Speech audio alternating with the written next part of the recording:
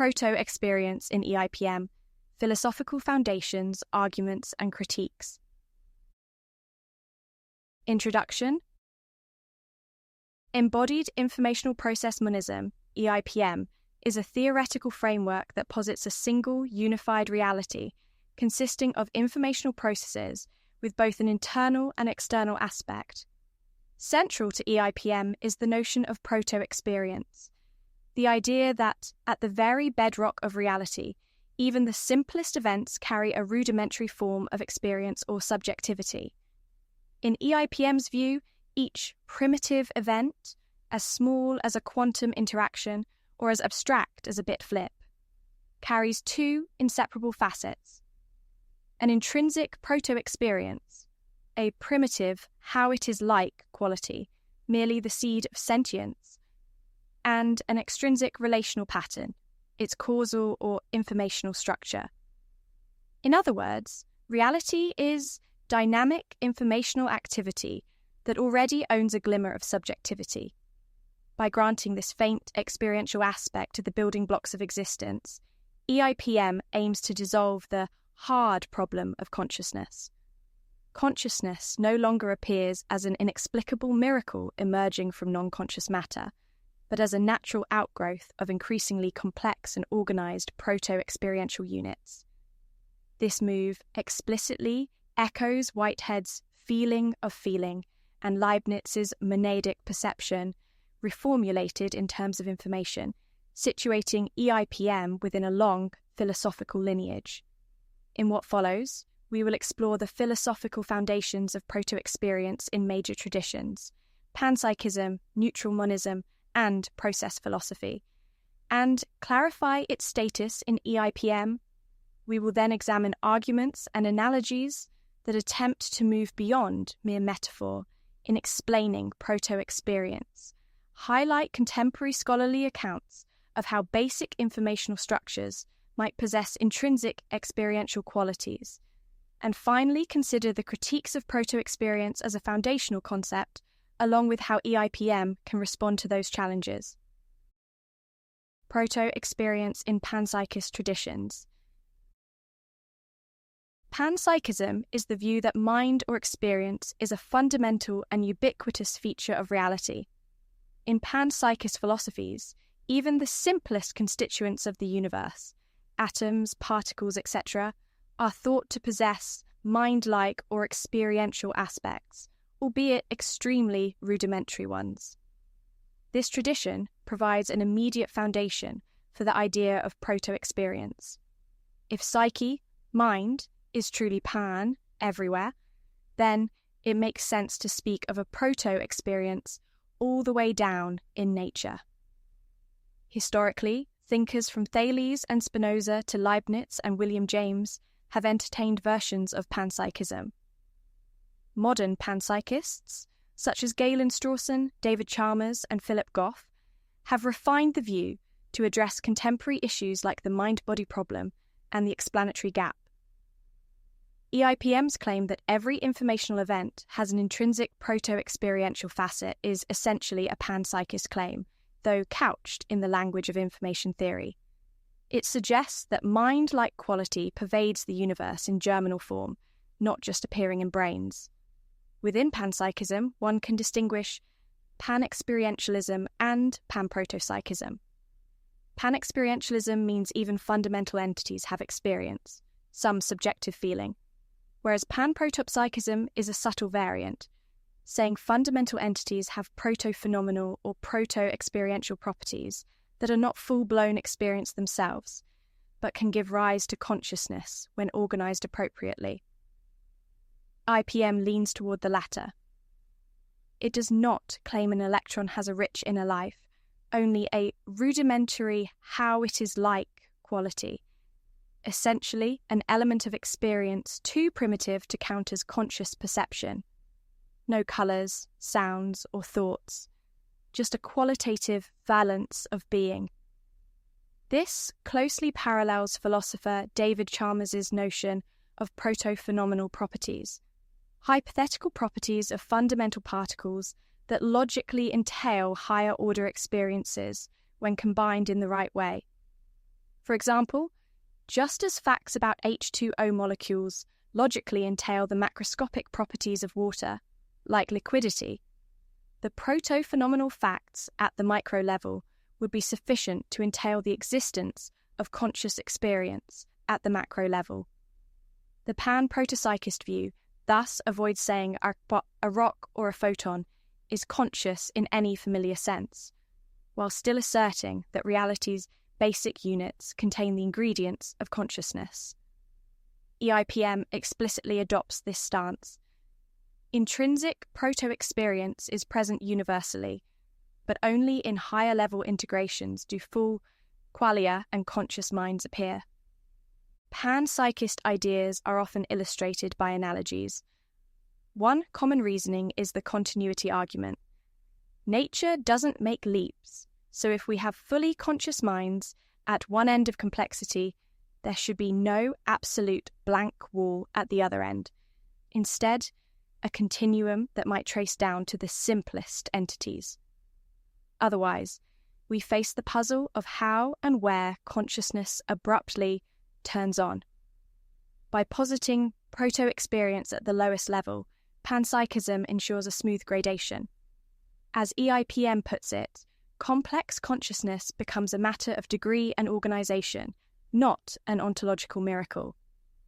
This idea has precedent in Gottfried Leibniz's notion that each simple substance, monad, has perceptions, tiny living mirrors of the universe, though most monadic perceptions are unconscious or dim. It also resonates with Spinoza's claim that mind and matter are just two attributes of the one substance. Even what we call inanimate has the mind attribute in some measure. Contemporary philosopher Galen Strawson has provocatively argued that experience is literally a physical property, that the experiential, considered specifically as such, is what it means to be physical. In his view, sometimes called realistic physicalism, the dichotomy between matter and mind is false. Matter just is experiential at root. This is very much in spirit with EIPM's proto-experience. Instead of matter versus mind, we have one kind of stuff, informational events, that as matter looks purely quantitative and structural, but as mind has a qualitative feel. Alfred North Whitehead's process philosophy can be seen as a variety of panpsychism, often termed pan-experientialism, and is especially influential for EIPM. Whitehead rejected the idea of inert, insentient matter. He proposed that the fundamental constituents of reality are occasions of experience. He wrote that the world is made of drops of experience. Every actual occasion, the fundamental unit of process, has a tiny experiential aspect. These are not conscious in the human sense, but they feel in the way a very simple organism might feel. Whitehead's metaphysics thus grounds proto-experience explicitly. To be actual is to experience. EIPM cites Whitehead's notion of a feeling of feeling, the idea that even a primitive event feels the influences of other events, as an inspiration. This pan-experientialist lineage lends philosophical weight to EIPM's starting assumption. By placing a glimmer of subjectivity at the ground level, Whitehead aimed to remove the bizarre chasm between mental and physical. EIPM follows suit by saying every informational interaction has two faces, the outward face that science measures, and the inward face that if we could introspect at that level, how it is like for that bit of the world.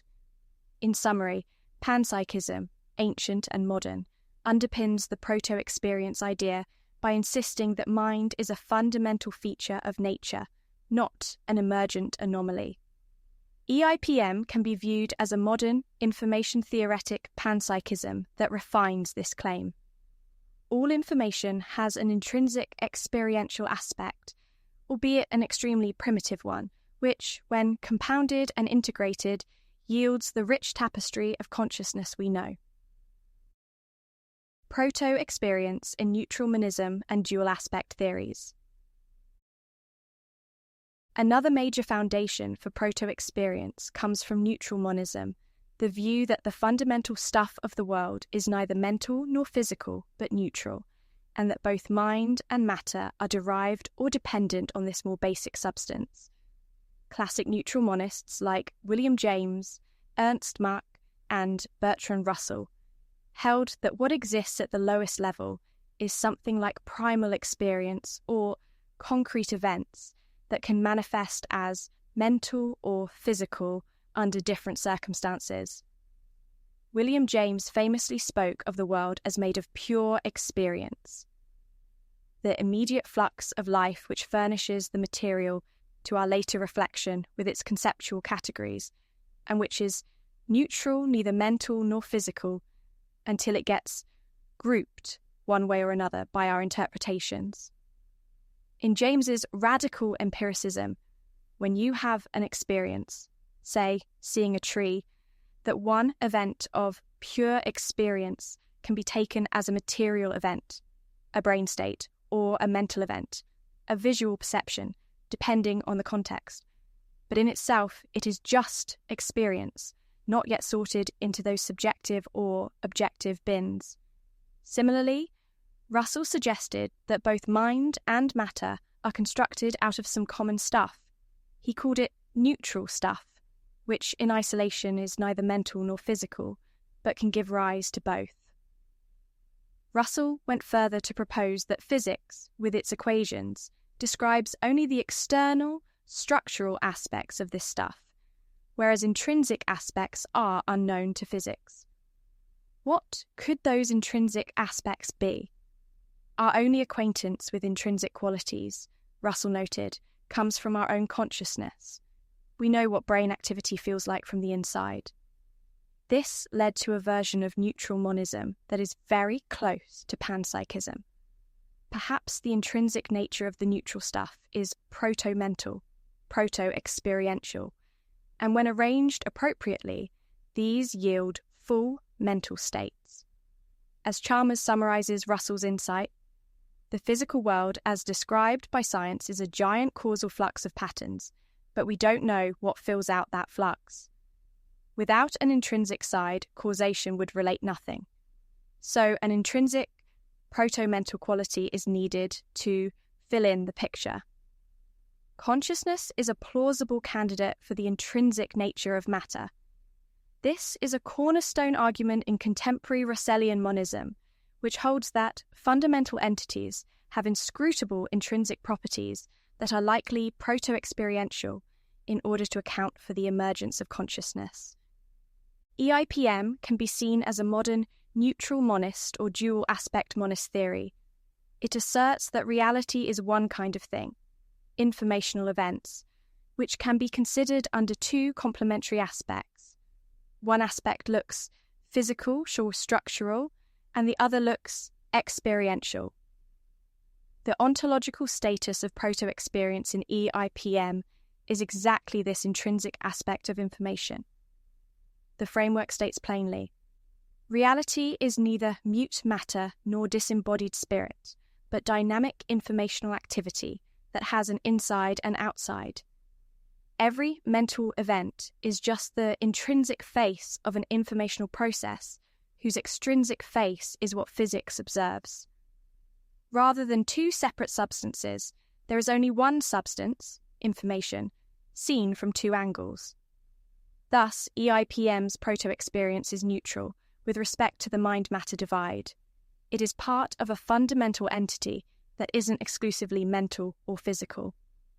The intrinsic proto-experience corresponds to what something is like from the inside, and the extrinsic relational pattern corresponds to how it interacts with other things externally. Crucially, these two sides are inseparable and co-present in every event. This idea harks back to Baruch Spinoza's double aspect theory, one substance with both thought and extension attributes, and to later dual aspect theorists like Gustav Fechner, Ernst Mach, and in physics, perhaps Wolfgang Pauli and Carl Jung's dual aspect principle of psychophysical reality. In Whitehead's terms, it parallels the notion that each actual occasion has a mental pole and a physical pole, one process viewed internally versus externally. Even more directly, EIPM's stance resembles what contemporary neuroscientist Giulio Tononi has called information's intrinsic existence in Integrated Information Theory, IIT. A system's consciousness, what it is like subjectively, is conjectured to be identical to its causal properties, what it is like objectively. This is essentially a dual aspect or identity thesis. The internal aspect, subjective experience, is the system's intrinsic informational state, while the external aspect is the system's causal structure discernible by an outside observer. By adopting this neutral monist, dual aspect framework, EIPM sidesteps the classic interaction problem of Cartesian dualism. There is no mystery of how an immaterial mind could influence a material body, because mind and body are not two separate substances in the first place. Every causation happens within the one substance, information, and simply has two descriptions. As EIPM puts it, causal relations obtain solely between informational events, and when we look at those events from the inside, we call it mental causation. From the outside, we call it physical causation. There is no need for interaction between mind and matter. There is only interaction within the informational field, viewed under two aspects. This elegantly dissolves Descartes' ghost in the machine dilemma. The machine itself is haunted intrinsically. In other words, the matter is already mind stuff in itself. Proto-experience in EIPM thus has an ontological status as the inherent character of the fundamental neutral stuff of the world. Epistemologically, we infer its existence because without it, we are left with a purely quantitative description of the world that doesn't explain why certain physical processes feel like something to someone. Proto-experience is a way of ensuring that our ontology contains the resources to account for consciousness by building a latent experiential aspect into the fabric of reality from the start. Process philosophy and pan-experientialism as precedents. Process philosophers, especially A.N. Whitehead, provide another rich foundation for the proto-experience concept. Whitehead's metaphysical scheme explicitly assigns experience to the basic units of reality. He rejected the bifurcation of nature into mental versus physical and proposed that reality is made of processes, events, rather than static bits of matter, and each fundamental process is experiential in nature. Whitehead called these fundamental events actual occasions or actual entities, describing them poetically as drops of experience that constitute nature. This means that for Whitehead, experience is truly ubiquitous. Even a vibration of an electron or the coming into being of a photon is a tiny act of experiencing. Sometimes Whitehead uses the term feeling or prehension for the most basic form of experience an occasion has. In his work, Process and Reality, Whitehead speaks of each actual occasion prehending aspects of other occasions. Essentially, each occasion feels the influences of others, integrates them, and becomes something new. This primitive feeling is analogous to what EIPM calls proto-experience. Indeed, EIPM explicitly likens its proposal to Whitehead's framework. The move echoes Whitehead's feeling of feeling, now reformulated in the idiom of information theory.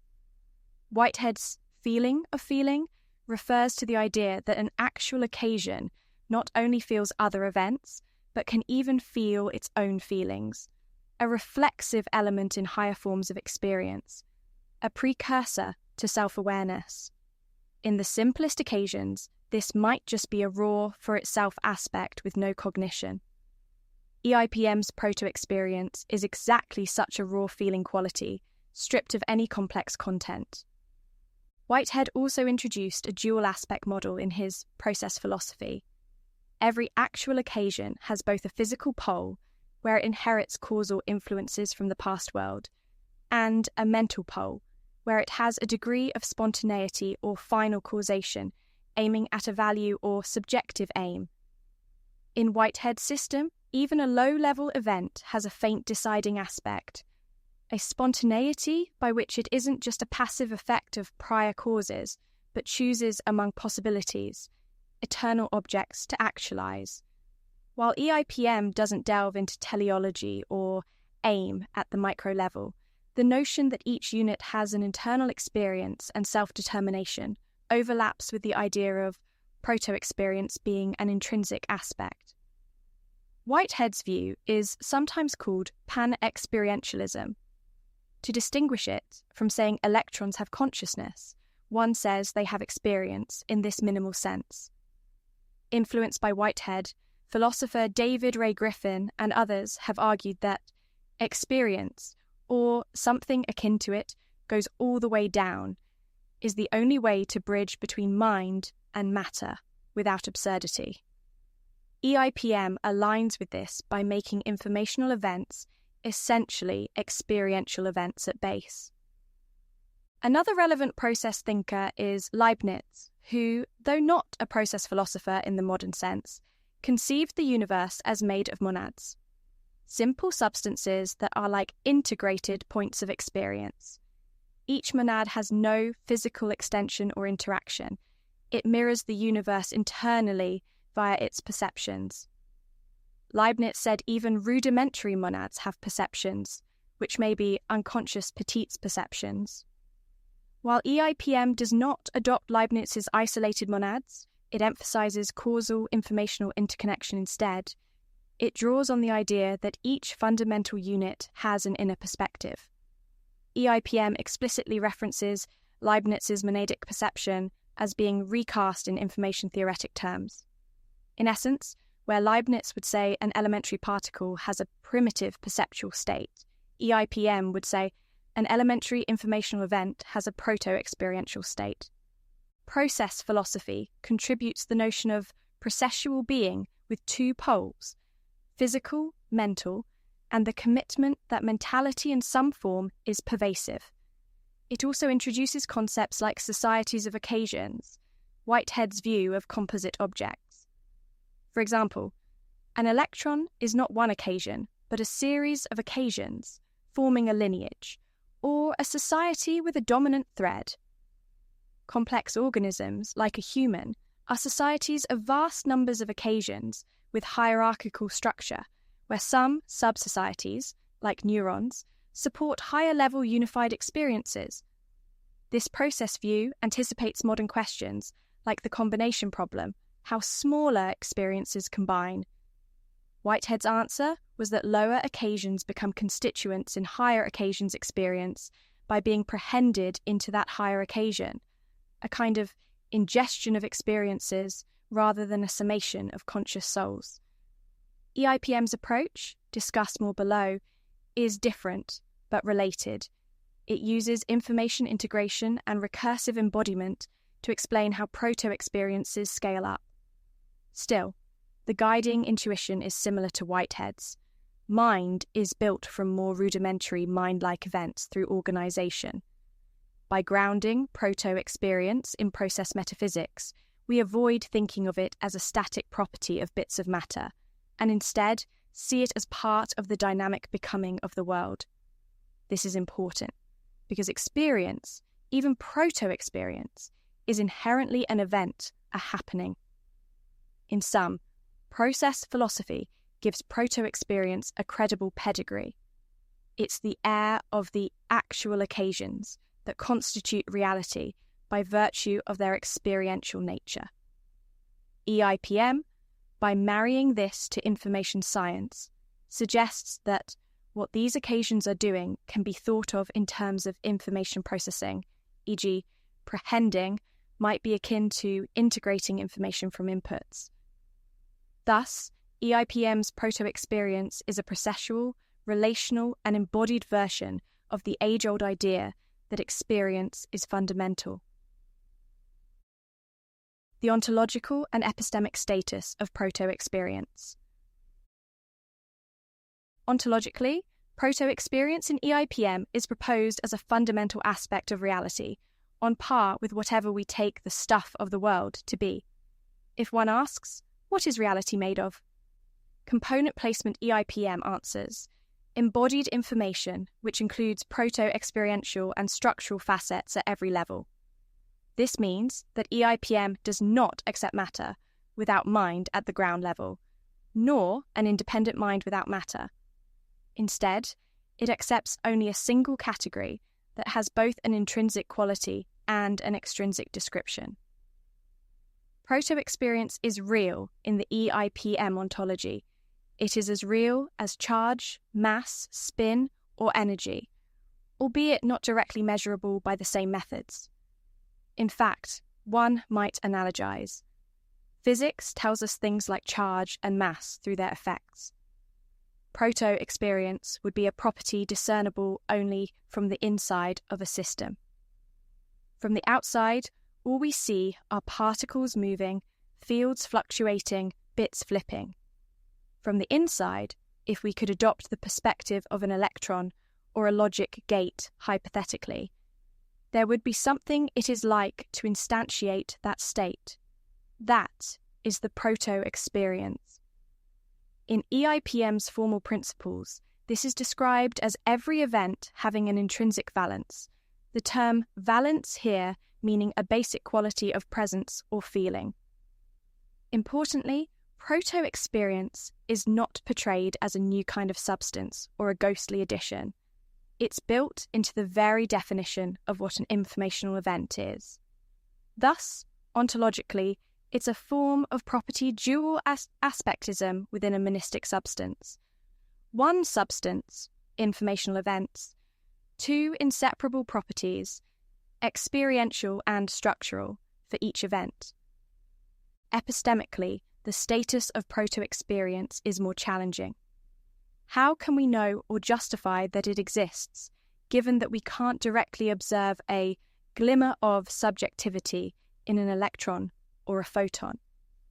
Here, the argument is largely philosophical and indirect. We know at least one case where intrinsic experience accompanies physical structure, namely ourselves. Each of us has an inner life, and we have increasing knowledge of the corresponding physical processes in the brain. But nothing in the physical description of brain activity, action potentials, neurotransmitters, oscillations, inherently informs us that they are accompanied by experience. We only know it from the first-person perspective. This suggests that physical science, by its very design, leaves out the intrinsic first-person aspect of processes. To bridge that gap, one intuition from the neutral monist Russellian line is that perhaps all physical processes have a hidden interiority, and in our case, it's just highly developed. Proto-experience is essentially a name for that hidden interior aspect. We infer it because it seems necessary to have something fundamental that consciousness comes from. Otherwise, we're left positing a radical brute emergence of consciousness at some higher level of complexity, which many philosophers find implausible or at least deeply puzzling. By positing proto-experience, EIPM chooses a pan-continuity route. There's no absolute new ontological kind appearing when brains form, rather a reconfiguration of existing ingredients, information with its intrinsic aspect, yields a new result, consciousness, without conjuring mind ex nihilo. Another epistemic justification is a kind of Occam's razor come completeness argument. We know matter exists via third-person observation, and mind exists via first-person datum. A worldview that can encompass both as aspects of one kind of being is more explanatorily complete than one that just postulates matter and then struggles to get mind to pop out. Proto-experience is a posit that, while not directly verifiable, makes sense of the correlation between brain states and conscious states by asserting that the correlation is actually an identity at the fundamental level, just viewed differently. If someone asks, what evidence is there that an electron has any proto-experience? An honest answer from EIPM would be, we cannot interact with an electron's inner life any more than we can directly sense someone else's consciousness. All we see are behaviours. But by analogy with the one case we do have, our own case where behaviour correlates with inner experience, and by the theoretical virtues of avoiding ontological jumps, we consider it a reasonable hypothesis that electrons, and all things, have at least some minimal aspect of what we have. This is a classic reasoning in panpsychist literature. Even though we can never observe consciousness, not even in brains directly, we infer others have it. So we shouldn't demand to observe proto-experience in a fundamental particle. Rather, we include it to complete the picture of what that particle is. As Chalmers notes, if we tried to fully explain consciousness in purely physical terms, we hit a wall, the hard problem. EIPM instead starts by postulating consciousness, or its precursor, in the basic terms and then building upward. This is an epistemic shift. We treat consciousness, even in proto-form, as a given part of the ontology, not something to be derived from non-conscious parts. It's also important to clarify what proto-experience is not. It is not a full, subjective experience with self-awareness or sensory content. It has no complex qualia like redness or pain at the atomic level. In EIPM's words, it is no colours or qualia yet, merely the seed of sentience. So, one should not anthropomorphize proto-experience. It's not as if an electron feels angry or a quark hears music. Instead, we might think of proto-experience as a bare experiencing existence. Perhaps the slightest flicker of being present that accompanies an event. Ontologically, it might be likened to a quality like electric charge. Just as charge is a fundamental property that manifests in attractions, repulsions, proto-experience is a fundamental property manifesting as the presence of a perspective. Epistemically, if we ask, how can we ever know if this is true?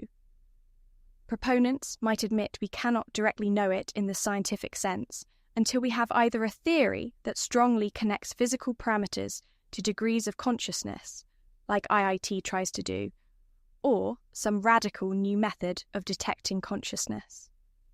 For now, it remains a philosophical posit buttressed by plausibility arguments, and by the failure of alternative approaches to naturalize consciousness. In short, proto-experience is posited to exist because it makes our ontology capable of including consciousness, and it is considered acceptably speculative given the profound difficulties of explaining consciousness through standard physicalism. It occupies a similar status to other theoretical entities in science that were posited before being directly confirmed. Like atoms were once invisible theoretical entities posited to explain chemical laws. Here, proto-experience might never be seen directly, but if it leads to a coherent theory of consciousness that matches our observations, e.g., correlating conscious states with integrated information states, etc., then one could say we have indirect evidence of its reality. Arguments and analogies moving beyond metaphor. Explaining proto-experience is undoubtedly challenging. It's hard to describe precisely something that, by definition, is rudimentary and has no human analogue other than saying it's like the simplest raw feeling of existence.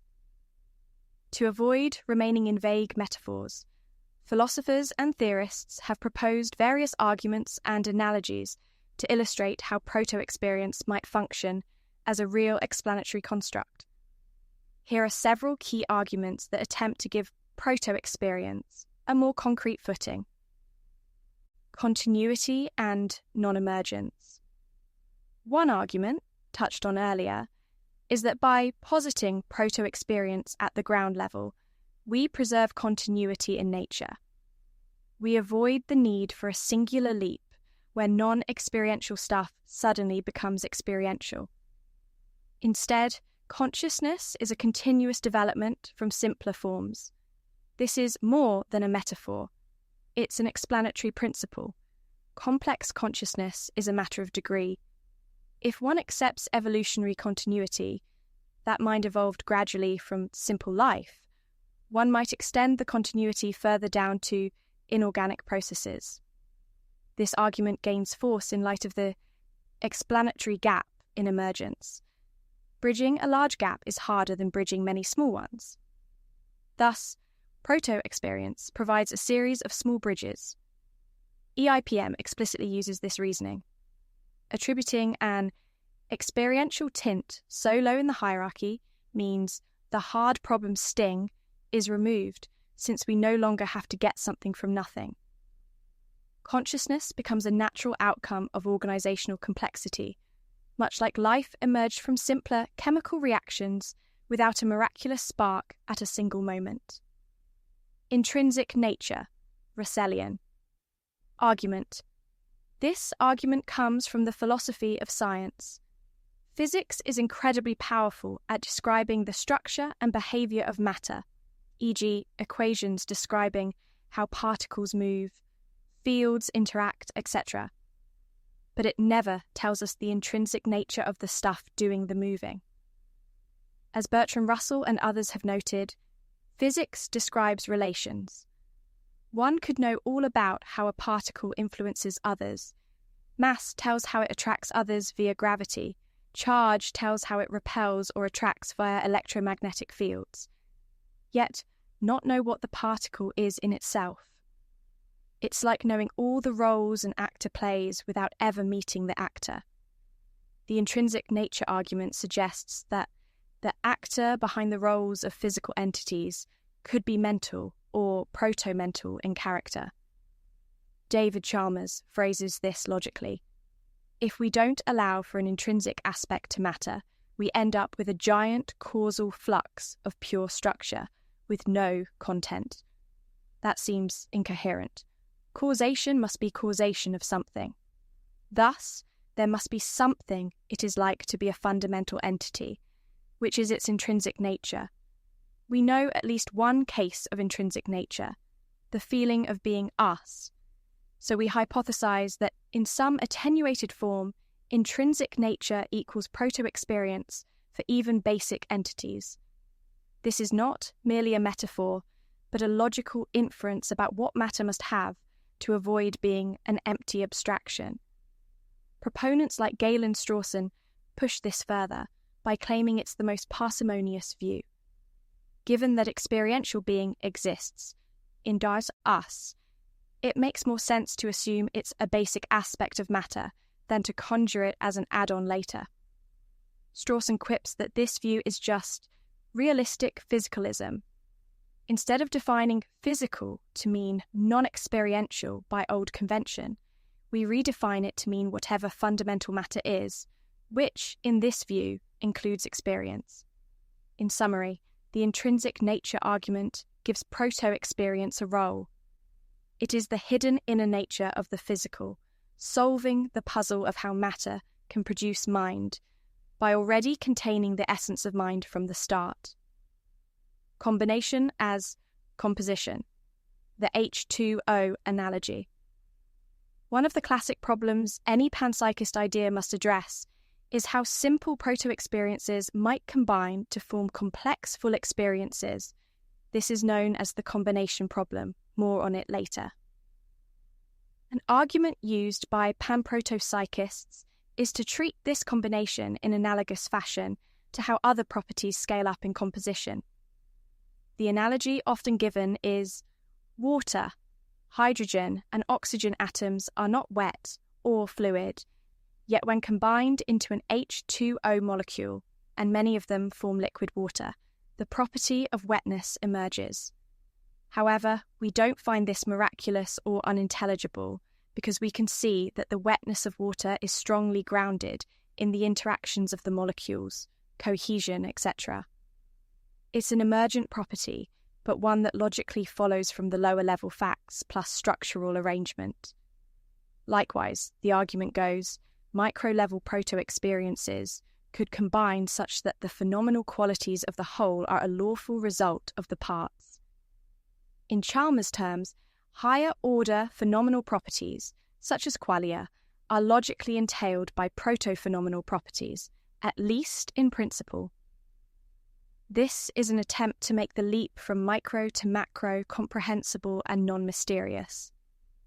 If one had a full theory of how proto-experiences interact and integrate, one could, in principle, derive what a larger experience would be like, just as from physics we can, in principle, derive the macroscopic behavior of water from molecular dynamics. This argument remains speculative because we don't yet have the equations for experience combination, but it's a guiding analogy that suggests the project is not hopelessly paradoxical. It moves beyond the vague, maybe they add up, by asserting that combination is a lawful composition problem, not magic. In EIPM, this idea is concretized by invoking information theory. Proto-experiences combine when information integrates.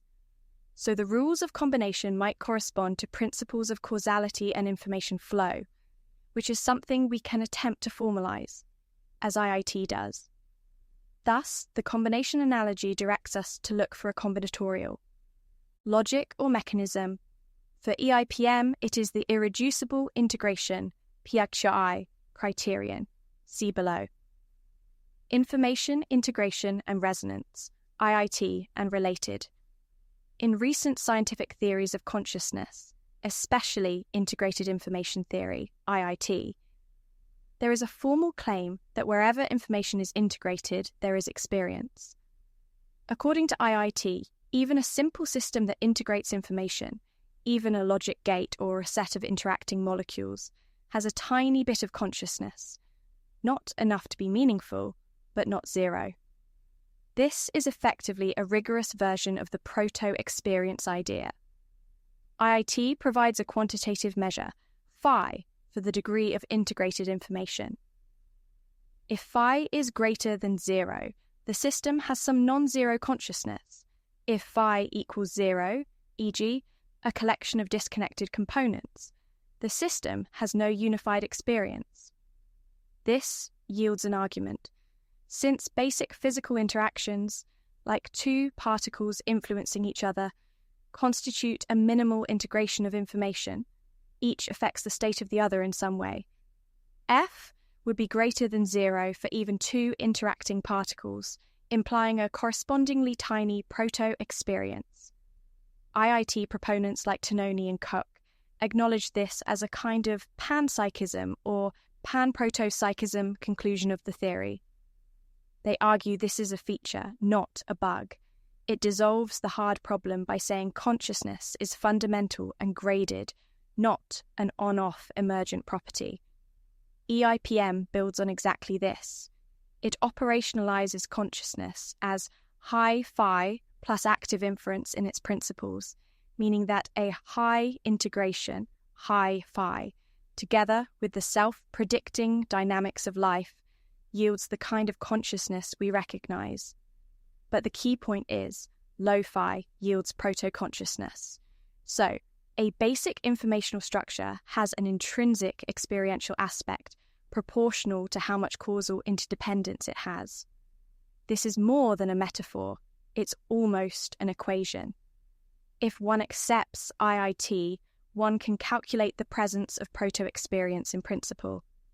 For instance, a simple logic gate might have f equals small greater than 0, so it has a correspondingly small what it is like associated. A proton might have some integrated states among its quarks and gluons, so perhaps a proton has a flicker of unified proto-experience. These notions remain hypothetical, but provide a framework to treat proto-experience scientifically. Additionally, theories like general resonance theory, GRT, a complement to IoT proposed by some, suggest that when components synchronize, resonate, they form a larger whole that shares information.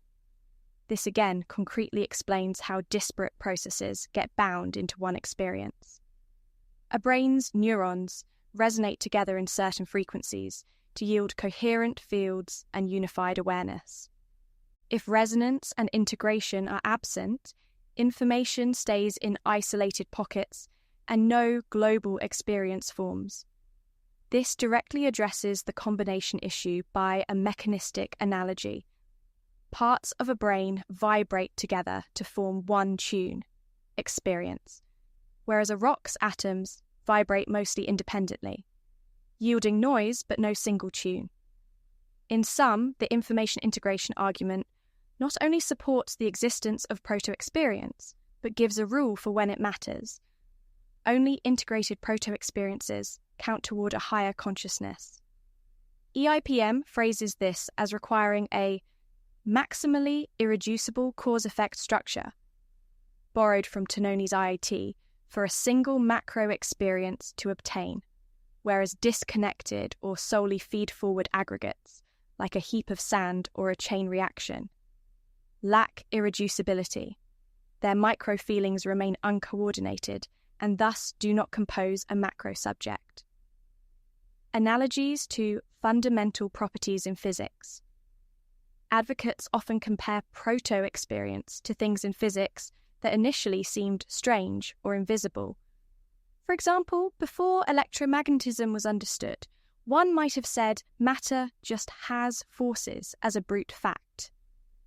Eventually, we recognized electric and magnetic fields as fundamental entities permeating space, carrying energy and mediating forces. One might analogize, perhaps experience is like a field that permeates matter, not a separate spooky field, but an intrinsic aspect, like every particle has a tiny mental charge in addition to its physical properties. If that analogy holds, then just as positive and negative charges interact, maybe there are valences of proto-experience that can reinforce or cancel, etc. Another analogy, we accept that quantum particles have dual natures, wave and particle, which seem contradictory, but are two modes of description of one reality. Similarly, an information event can have a dual nature, experiential and informational, without contradiction. It's complementary. These analogies are meant to show that having an unseen property is not unprecedented. Proto-experience doesn't violate physics. It's like an extra layer of description for what is already there. We might also use the analogy of holograms or 2D, 3D duals. One pattern encodes two different kinds of content, depending on how you project it. The universe's fundamental events might encode both causal structure, projected one way, and phenomenological quality, projected another way. While these analogies are not proof, they move the discussion beyond mystical language by putting proto-experience in the context of other scientific paradigms, where hidden aspects later became accepted, like spin, a purely quantum property with no classical analogue, yet real. In summary, proponents of proto-experience use a toolkit of arguments to show it is a coherent and even expectable element of a theory of nature. The continuity argument and intrinsic nature argument aim to show it's plausible and perhaps necessary. The combination and integration arguments aim to show how it could work in principle, avoiding the idea of countless disjointed microminds. EIPM synthesizes these. It takes the intrinsic aspect idea from neutral monism and weds it to an information combination rule from IIT process thought to claim that, yes, basic informational structures have intrinsic experiential qualities, and when those structures integrate, the qualities blend into higher-level experiences. Thus, proto-experience becomes a serious part of a naturalistic ontology, not an airy metaphor, but a component in theoretical models attempting to explain consciousness in a rigorous way. Contemporary philosophical and scientific accounts. The idea that fundamental informational or physical structures might possess intrinsic experiential qualities has gained traction in recent philosophy of mind and consciousness science. A number of leading positions and recent academic works have contributed to fleshing out proto-experience in a more rigorous manner. Analytic, Panpsychism, and Russellian monism. In academic philosophy of mind, there has been a renaissance of panpsychism and related views in the past 2 decades, sometimes called the Russellian monist revival. Philosophers like David Chalmers, Galen Strawson, Philip Goff, Hedda Hasselmuth, Sam Coleman, and others have published serious work arguing that some form of ubiquitous experience or proto-phenomenal property is the most viable solution to the mind-body problem. For example, Chalmers has explored panpsychism as one of the naturalistic dualisms, suggesting that we may need to include fundamental experience properties in our ontology. His 2016 paper, Panpsychism and Panprotopsychism, discusses how physics might be supplemented by such properties. Goff's 2019 book, Galileo's Error, and 2017 academic book, Consciousness and Fundamental Reality, both argue that physics only gives us the causal structural skeleton of reality, and that consciousness, or proto-consciousness, must be one of the flesh that fills it out. These works often advocate Russellian monism, which is essentially the view that there are intrinsic qualities to matter that are consciousness involving. Some, like Goff, lean toward full panpsychism. Intrinsic qualities are experiences, while others allow they might be proto-experiential, not quite experience, but form the basis for it. The combination problem is heavily discussed, and various proposals like constitutive panpsychism versus emergent panpsychism, or even cosmopsychism, the universe as a whole is fundamental consciousness, are debated.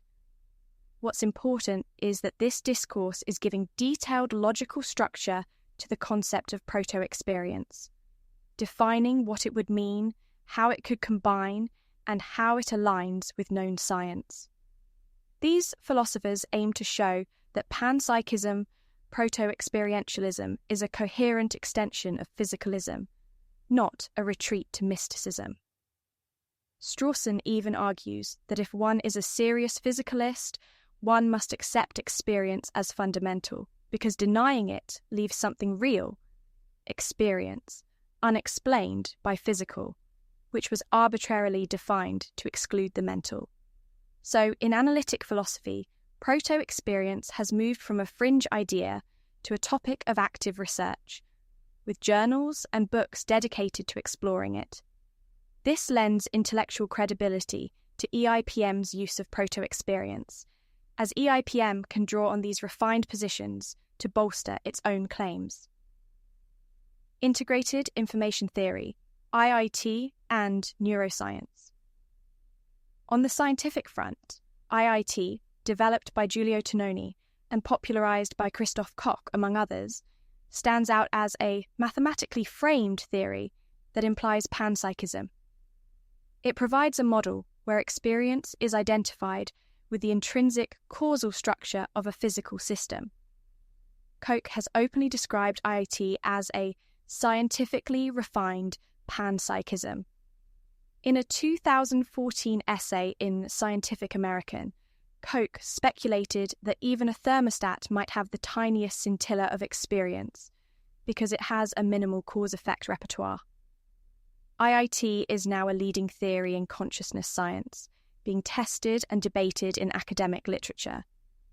While IIT has its critics, some call it unfalsifiable, it has the virtue of giving a concrete measurement, PHI, for consciousness, thereby making the proto-experience idea at least conceptually testable.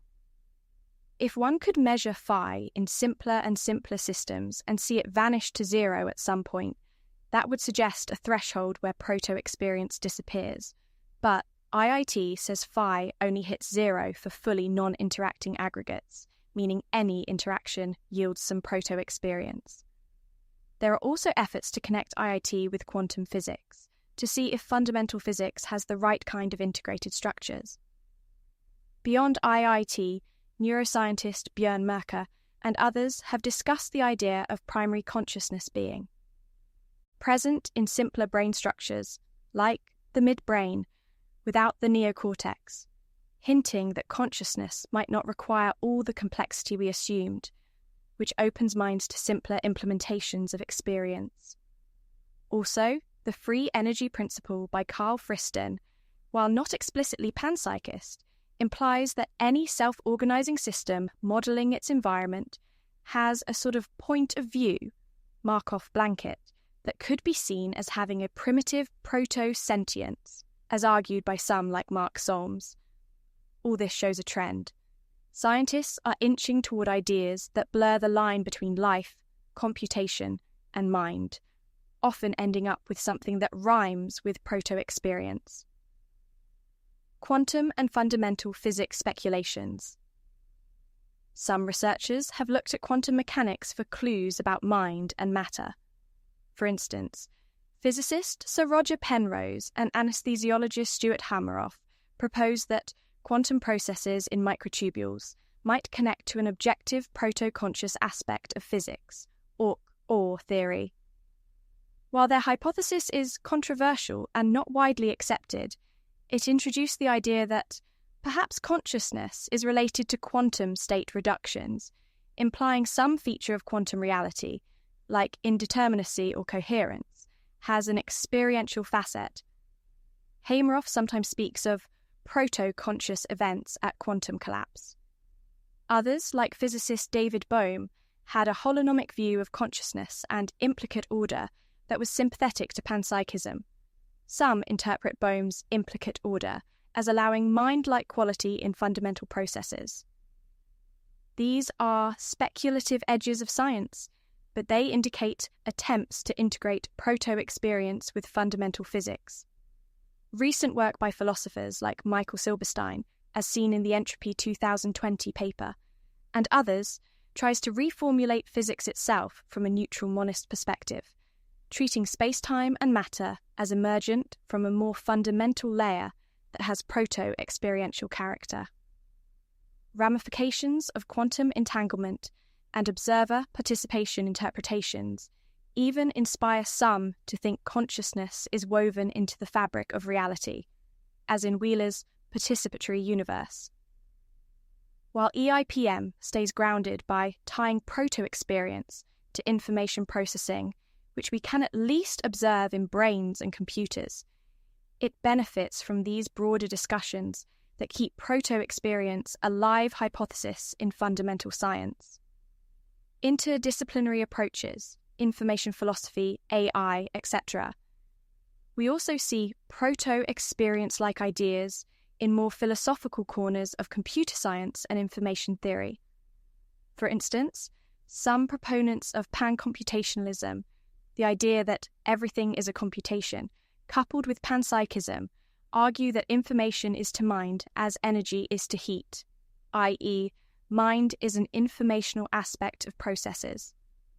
The philosopher Itai Shani has proposed mind as phenomenal information in some essays, suggesting that if information is considered not just syntactically, zeros and ones, but semantically or phenomenally, one could treat information as inherently experiential.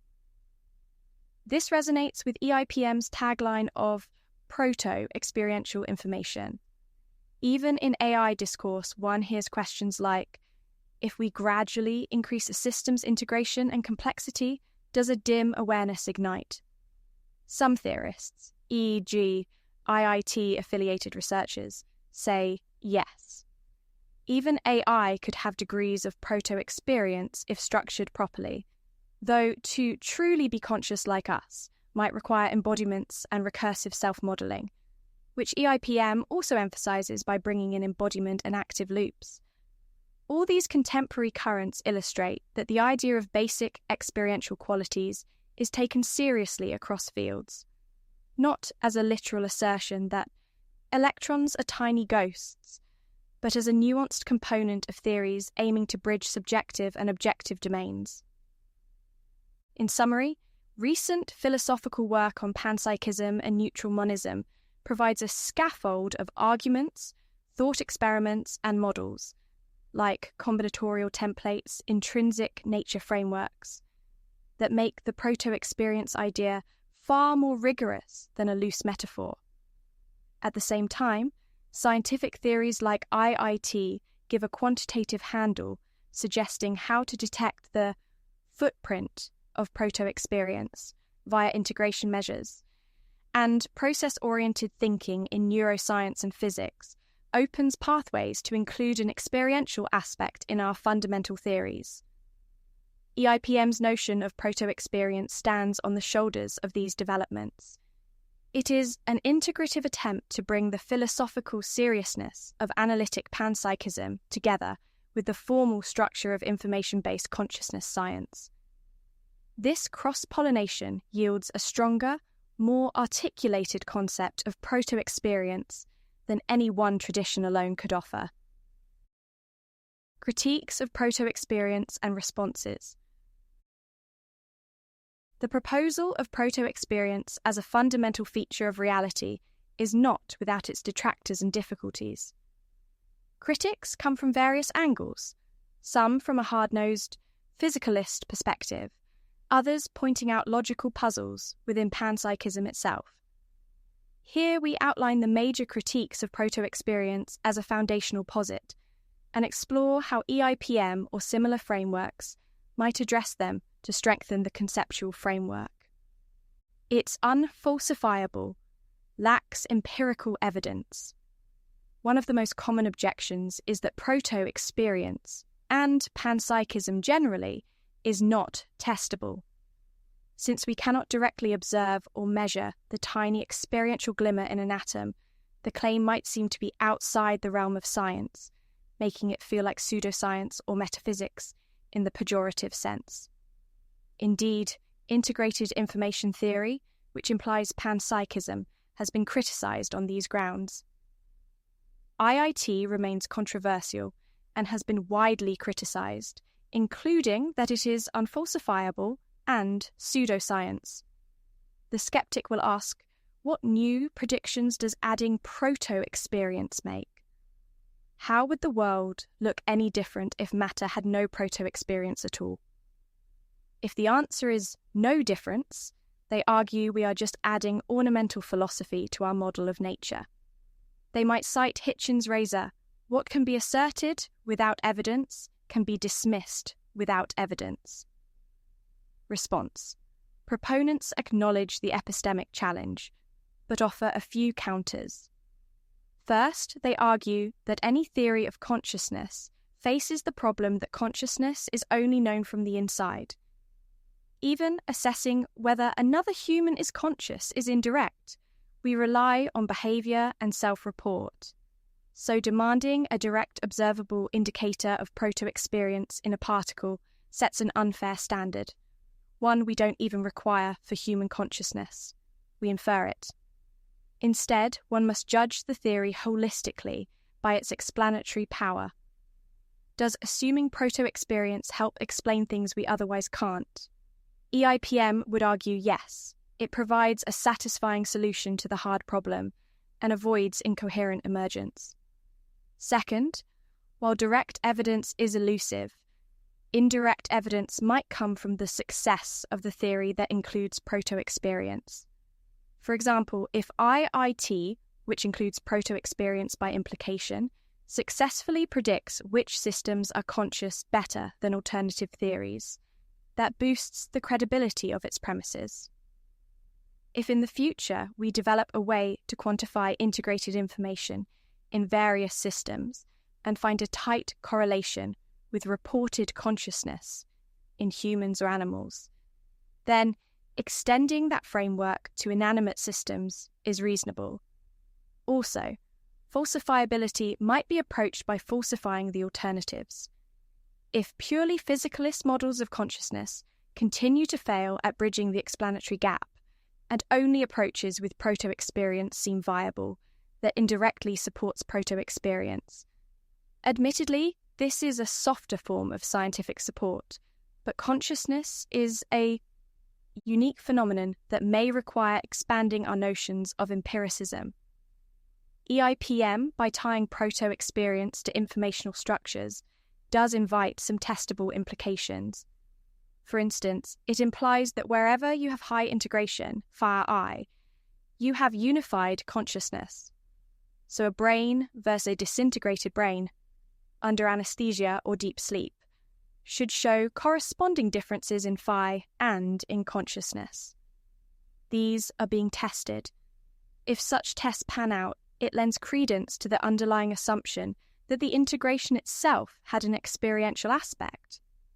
Lastly, proponents might argue that demanding a third-person empirical test for a first-person property is misguided. Instead, what's needed is a coherent theoretical integration of first-person and third-person perspectives.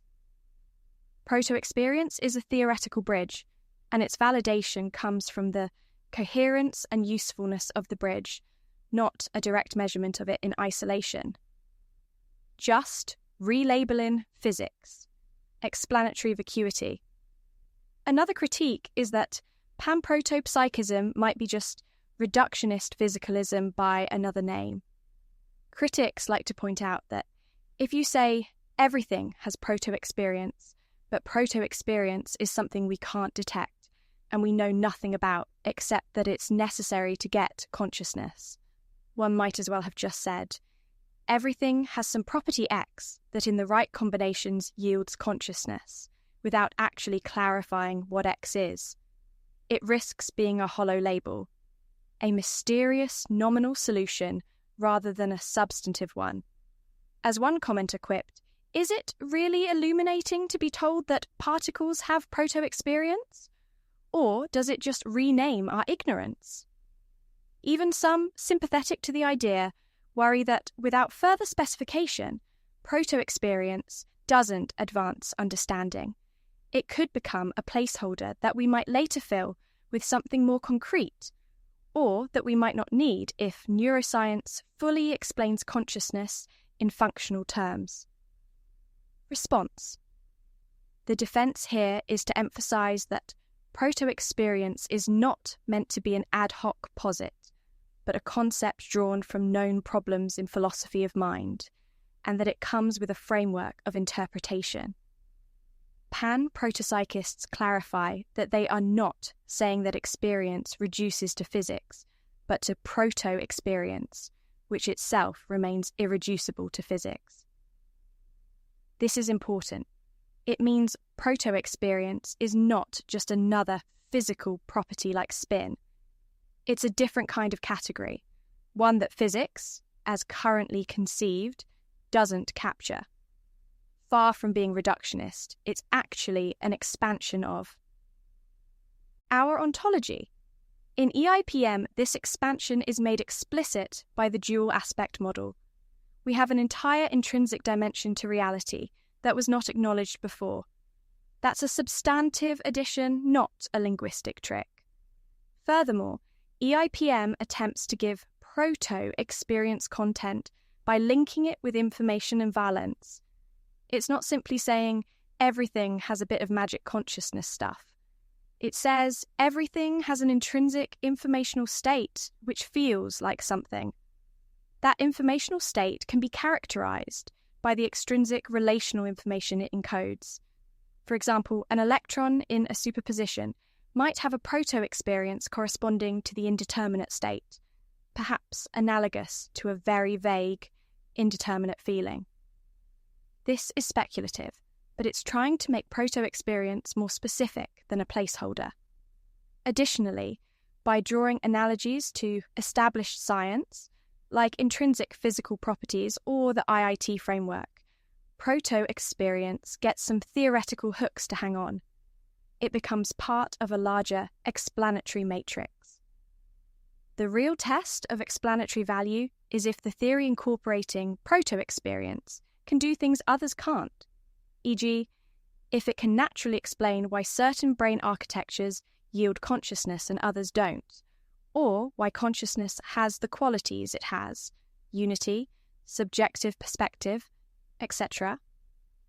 EIPM argues that By starting with proto-experience, it can explain the unity of consciousness, because at root all is one network of experience, whereas standard physicalism struggles to explain how disparate neural activities form a single subjective viewpoint. Thus, proto-experience is not nothing.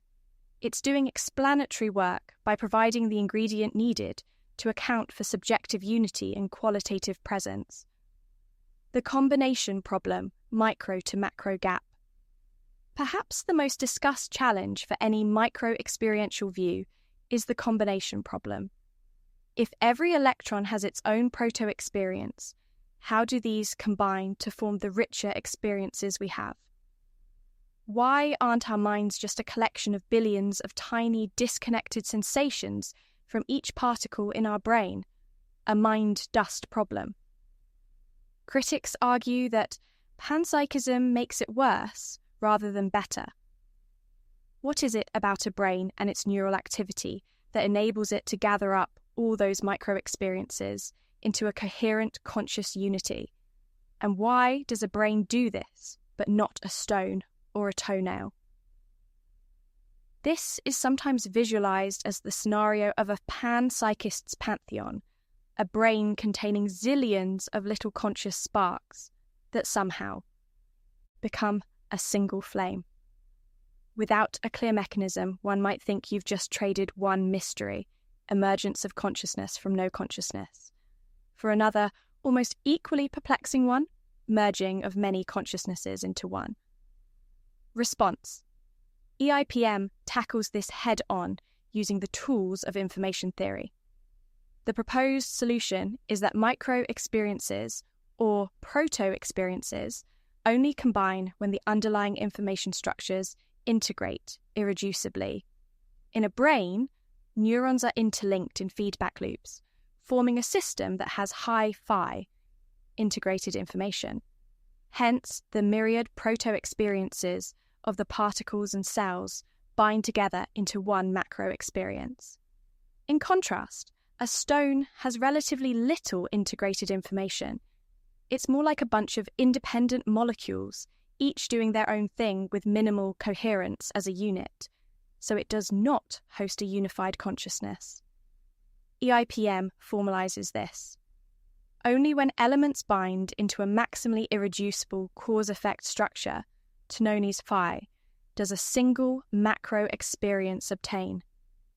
If you break the connections, reduce the information integration, you break the unified experience. This idea is supported by IIT-based research, showing, for example, that if you split a brain's corpus callosum, you can get two separate consciousnesses, split brain patients, because the information integration between hemispheres was cut.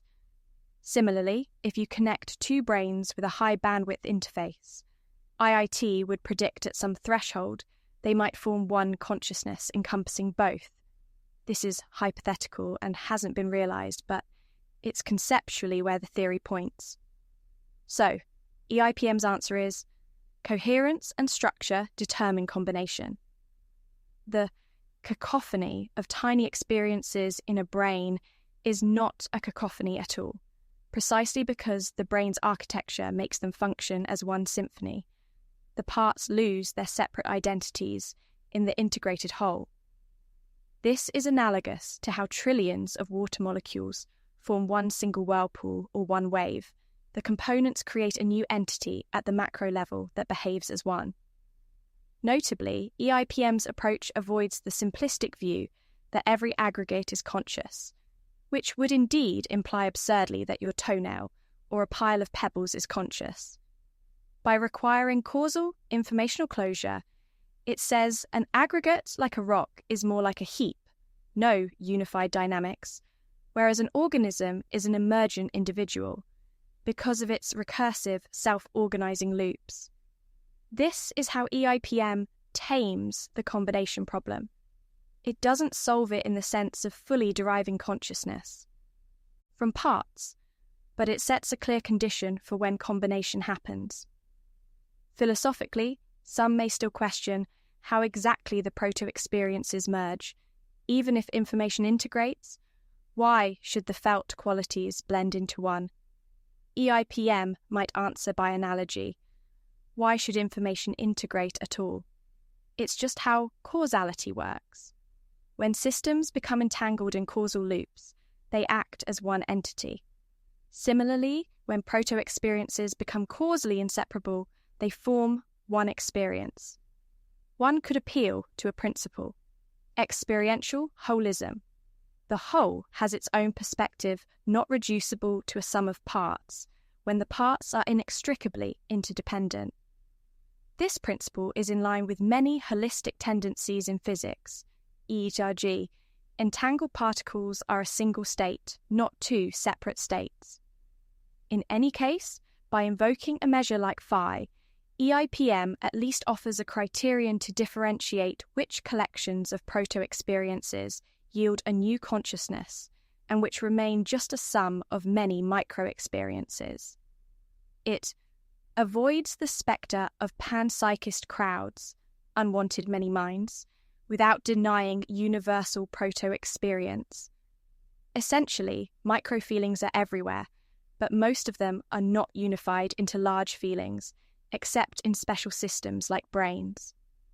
Why not everything is conscious? Disposition versus actuality. A related point is the question: if proto-experience is everywhere, why doesn't everything we see around us appear conscious in some way? We don't think our coffee cup is having a perceptual state, even dimly.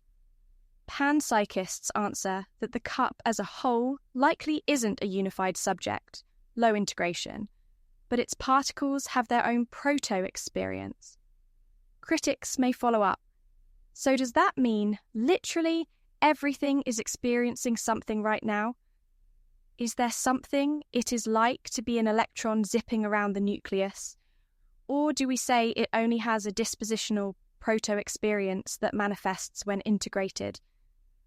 Some have posited that maybe only certain organized matter, like living cells, truly realize proto-experience, whereas in random matter, it's somehow dormant. Response: EIPM doesn't actually say any configuration lacks proto-experience. It is truly universal in the framework. Every event has it.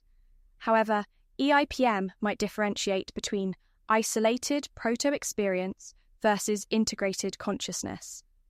An electron in interstellar space might have a teeny proto-experience, but it's so minimal and has no complex content, effectively zero from any practical standpoint. Only when proto-experiences are networked does anything like what we'd call consciousness emerge. Another angle is to consider levels. A rock has many small proto-experiences, one per particle maybe, but no higher level one at the rock level. This is akin to how a rock has mass and charge, sum of parts, but doesn't have a metabolism or a unified behavior like an organism. Consciousness, in the rich sense, is attributed to systems that have the right kind of organization, nervous systems, perhaps networks of certain complexity. So not everything is conscious in the interesting sense, even though everything contains the substrate of consciousness. This is a subtle distinction, but important. It allows that our ordinary language and intuitions aren't contradicted. We don't have to say the cup is conscious, while the theory and principle says no matter is completely devoid of the experiential aspect. EIPM can incorporate this by emphasizing embodiment and active inference as additional requirements for advanced consciousness, hence the name Embodied Informational Process Monism. Proto-experience alone, just information integration, might yield a flicker of awareness, but embodied agency, having a body interacting in environment, doing feedback loops, is needed for anything like human or animal consciousness. This aligns with views that a thermostat might have a microsubject but not a mind, whereas a brain has both proto-experience and the complex self-models, memory, etc., that make a full mind. So, not everything is conscious, but everything contributes to consciousness when arranged appropriately. dualism in disguise, property, dualism, worry. Some detractors might say, okay, you call it monism, but you've basically introduced two properties for every fundamental entity, a physical one and an experiential one. Isn't that just a species of property dualism? How is your view simpler than just saying there are physical properties and mental properties? After all, if one has to attach an experience quality to electrons, one might wonder if this is testably any different from old-school dual aspect theory or even epiphenomenal dualism. If the proto-experience can't affect the physical, is it epiphenomenal? If it can, how is that not a new force? Response. EIPM frames it as a single integrated property that has two perspectives. This is a fine but crucial distinction. It's not that the electron has two independent sets of properties, like mass, charge, spin, plus a field. Rather, the claim is that the electron state, when considered in its causal role, is described by mass, charge, etc., and when considered in its intrinsic being, is described by proto-experience. But these are two descriptions of the same underlying reality, not two unrelated attributes. A helpful analogy. In quantum physics, you can describe something in position space or momentum space. Two sets of values, but one determines the other via Fourier transform. They are one thing seen differently. Similarly, the intrinsic proto-experience and extrinsic information structure are in principle two faces of one coin. Thus, no extra stuff or separate laws are introduced. The causal dynamics stay in the informational domain, and the experiential aspect just is the feeling of those dynamics happening. This avoids epiphenomenalism because the proto-experience isn't causing anything in addition to the physical causation. It is the physical causation seen from the inside. EIPM's slogan, "The machine is haunted," intrinsically captures this. The ghost experience doesn't haunt from outside. It's the inner nature of the machine itself. This way, one can claim genuine monism. Admittedly, one has to be careful that this doesn't slip into saying nothing at all. See previous critique about labelling. But, if pulled off, it means the world's causal closure is maintained. Physics doesn't get violated by mental forces, and yet mental reality is given its due. Since every physical event has a mental aspect, we haven't left mind out. Many find this attractive, as it promises to solve the interaction problem elegantly. Philosophers like Spinoza and later Gustav Fechner or Ernst Mach had similar views, and they didn't consider them dualism but a unified dual aspect. In practice, to address this critique, EIPM must demonstrate consistency, that every time we talk about proto-experience, it correlates perfectly with an informational state, and vice versa, so we never have free-floating mental properties or physical properties without the other. If such coherence is shown, the dualism label can be shaken off. Instead, we call it non-reductive monism. Parsimony and pragmatism. Some philosophers, especially those of a strict empiricist or positivist bent, might simply prefer not to multiply entities or fundamental properties beyond necessity. If we can get by describing brain function and predicting behaviour without mentioning proto-experience, why introduce it? They might argue for an illusionist or eliminativist view that what we call experience is just a cognitive construct or user illusion, and there is no hard problem because there is no extra phenomenal thing, only functions. From that perspective, proto-experience would look like a redundant addition, an overreaction to a pseudo-problem. In short, the critique is, sure, it's possible that electrons have proto-experience, but unless we're forced to conclude that, we shouldn't complicate our ontology. Response. Panpsychists and EIPM proponents would retort that standard physicalist or illusionist accounts have not succeeded in explaining or explaining away consciousness in a satisfying manner. Hence, the persistent hard problem and explanatory gap. The intractability of the problem under a consciousness-free ontology is evidence that something fundamental is missing in our conceptual framework. Adding proto-experience is actually a way to simplify the overall picture. It gives a single unified explanation, one kind of stuff with two aspects, rather than insisting on disjoint realms or denying the existence of one realm.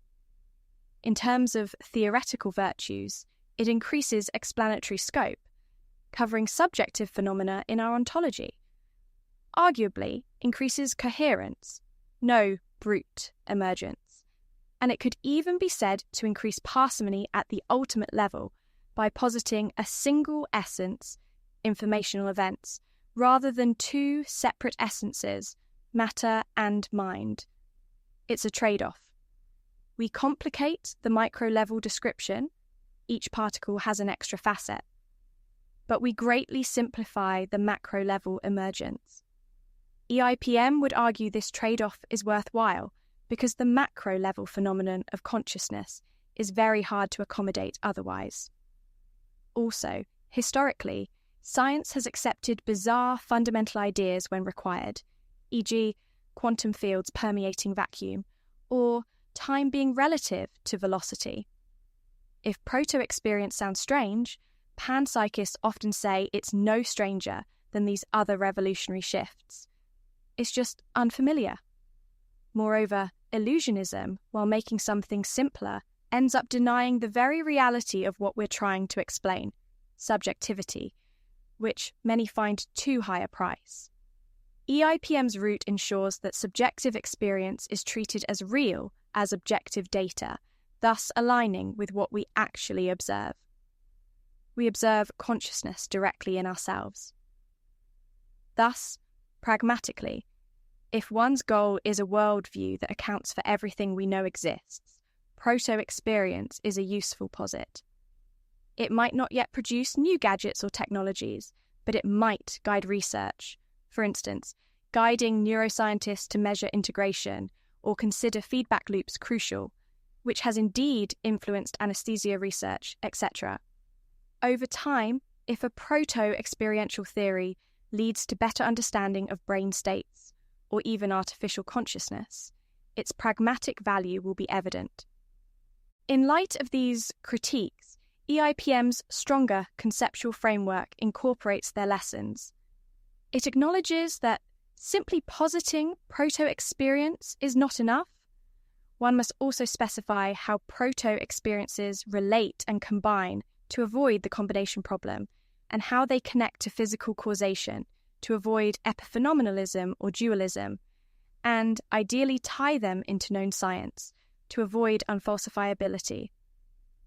EIPM attempts this by identifying proto-experience with the intrinsic side of information, which is something we can analyze structurally, and by using integration, PHI, as the bridge from micro to macro, thereby addressing the combination issue in terms of a quantitative condition. It remains a work in progress, as any synthesis of science and metaphysics would be, but by engaging with these critiques, EIPM refines the concept of proto-experience from a mystical spark into a component of a systematic theory. The idea is that one day we might have a fully elaborated experiential physics, or phenomenal information science, where statements like an electron has proto-experience are as conceptually clear as an electron has a charge of 1.6 times 10 to the minus 19 coulombs. Until then, proto-experience serves as the crucial link that prevents our picture of the world from being bifurcated. It ensures that, however far we drill down into the bits and bytes of reality, we never lose sight of the fact that experience belongs in the story too, from the ground up. In doing so, it offers a hopeful resolution to the age. Old mind-matter schism. A truly embodied monism where mind is at home in the universe, and the universe, in turn, is not a cold, meaningless void, but a web of incipient consciousness, gradually waking up to itself.